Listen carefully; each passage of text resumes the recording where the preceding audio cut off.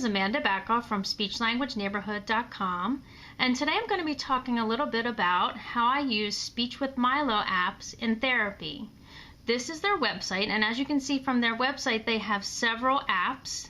They have Speech with Milo verbs, prepositions, adjectives, sequencing, storybooks, and then they also have some apps in Spanish, verbs and prepositions. And I actually own all of the apps except for the 2 Spanish apps. And today I'm going to talk a little bit about using Speech with Milo adjectives and taking it beyond the app. So what I have actually done is I emailed Parani Doonan, who is the developer who developed the Speech with Milo apps, and I asked her about her little plush animal, Milo, because I knew that my students would fall in love with Milo. So I asked her how I could get one expedited to me, and she said that she would send me one. So she did send me one in the mail, so I did receive that as a gift from Speech with Milo. So I got my Milo plush doll in the mail, and I was really, really excited because I knew my students would love him. And then I realized his arms and his legs don't allow him to stand up or to hold anything. So I thought to myself, how can I accommodate Milo to make him easier for the kids to use? So that's what I'm going to show you now, how I have changed Milo and accommodated Milo to make him easier to use in therapy. And then I'm also going to show you all of the fun toys that I've bought for Milo so that we can act out the adjectives and we can act out the prepositions and we can act out the verbs during therapy. Okay, so here's Milo in his little felt pants, and as you can see, he stands up better than he would if he just had the floppiness like his arms. So what I did was I went to Michael's and I bought some felt, and it's the kind with the sticky stuff on the back, and it's rather stiff, and I cut out, there we go, I cut out a little template for his pants, and then his pants actually are sticky on the legs, and I put in pipe cleaners also to keep his legs stiffer, and then it wraps around the back, and I cut a little hole so that you could still see his tail. And then I added some Velcro to his hands, and I thought, well, okay, so Milo's now ready to go. Well, what if my students want Milo to hold something, which I'll show you in a couple minutes of all the different props and fun things that Milo can hold. So I went shopping at Toys R Us, and you're not going to believe what I found. Hold on one second. I found a Justin Bieber jacket for Milo. So I'm going to put it on, and then when we come back, Milo's going to be wearing Justin Bieber's sweatshirt. Okay, so here's Milo in Justin Bieber's sweatshirt, and as you can see, it's supposed to be a hoodie because there's little strings and pockets, but of course Milo's head's a little bit bigger than Justin Bieber's. So, and there's Velcro along the back, so you just attach it like that, and his tail still hangs out the back. And then I thought, okay, well, his arms are still a little floppy, so what if I put some pipe cleaner up his sleeve and then wrap it around his arm to make his arms a little stiffer?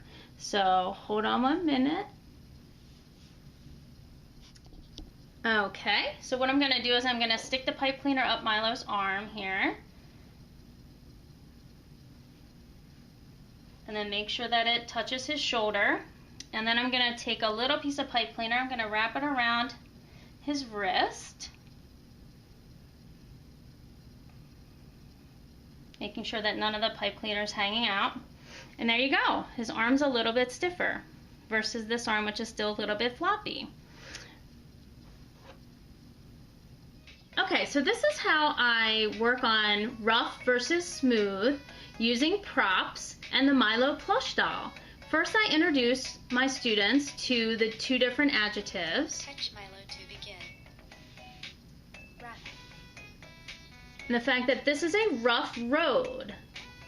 See how she's bouncing around on her bicycle? And she was not happy going over the rough road. And then we talk about a smooth road. She's very happy going over a smooth road. And then we can do it several times until they get the concept, and then we work on the concept in real life. Okay, so you know, as speech pathologists, we always kind of take things to the extreme when it comes to our students and our students having fun in therapy and learning the concepts. So in learning adjectives, I want my students to learn about rough and smooth. So I've developed a road out of simple bulletin board borders. So that's the rough side. And then the smooth side will be the other side of the road. So you ask, well, who's going to drive down that rough and smooth road? Well, of course, it's going to be Milo, and he's going to be styling in his car. So if you go to Toys R Us, this is the Barbie, I think, sports car, and all I did was I painted it black for Milo. And he fits in the car, and he has a little seat belt on, and it's the perfect fit. So then the kids can drive Milo down the rough road, and then you can turn the road over, and Milo can ride and drive down the smooth road. And the kids can kind of compare and contrast. So I just want to reiterate that Milo does not come with the Justin Bieber jacket or the felt pants. You have to make the felt pants, and you have to buy the Bieber jacket, or just any other kind of shirt that you can find. And what I've done too is I've actually put little Velcro circles on Milo's hands so that he can hold objects. So let's look at the heavy box that he can hold. Okay, and the kids can say, Milo is holding the heavy box. Oh, the box is so heavy, I can't lift it. Oh, I have to put that down. So he puts down the heavy box. Let's see if this box is heavy. Velcro, Velcro. Woo! This box is light. I'm picking up the light box. So there you have contrast between heavy box and light box. Here's another really easy prop to make for tired and rested. So as you can see, Milo is in a pencil box. I think it was $1, and I've used an old pillowcase as his blanket. So the students can say Milo is tired. And actually, of course, I went to the extreme, and I found a doll that has a little mask, a little sleep mask, to make Milo sleepy. Okay, so now Milo is tired. Milo is sleeping. He is sleeping. And now he's rested and ready to face the day.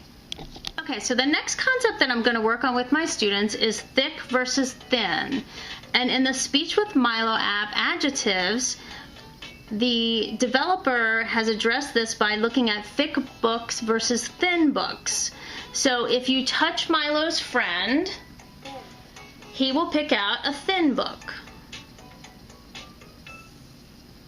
And then if you have both of those selected, you can go right to the next item, touch them to the begin, and we're going to look for thick. And he finds a thick book. Then what I do with my students is I'm going to use the Milo plush doll to help Milo find a thick book or a thin book. And we can do this in the classroom. We can take Milo into the classroom and look for thick books and thin books, or I can bring in multiple thick books and thin books. I love these little critter board books because you can tell that they're really thick. And then if you have any of the little thin reading books, they're actually very thin, so it makes a nice contrast versus thick and thin. So with all of these props, I'm trying to stay as close to the app as possible so that when the students look at the app, then they know what concept they're looking for and what adjectives they're looking for. Right, Milo? Uh-huh. And we also have a little bit of fun with Milo too and use our imaginations to give him a voice and to give him a personality. Okay, now this is an extreme example of taking it way too far, but I did already have a tent available with another play set. So I thought, you know what, why not incorporate this into Milo? And then my kids and I can talk about all kinds of concepts. We can talk about in, we can talk about out, we can talk about on and off, night and day, all kinds of concepts and adjectives. It's a yellow tent, it's a big tent, little tent, etc. So in this part of the app, Milo talks about the adjectives hard. He's laying on a hard rock, trying to sleep, but it doesn't work. And if you contrast that with soft, he's in his bed on his soft pillow. So he's able to go to sleep. So what I've done is I have gone outside and gotten a rock, and then we practice with Milo, sleeping on the hard rock. Oh, that's not comfortable. Versus sleeping on the soft sleeping bag in the tent. So I hope you've enjoyed my video on how to use the Milo plush doll in therapy and use it along with the app. Say goodbye, Milo. Bye. Thanks for watching.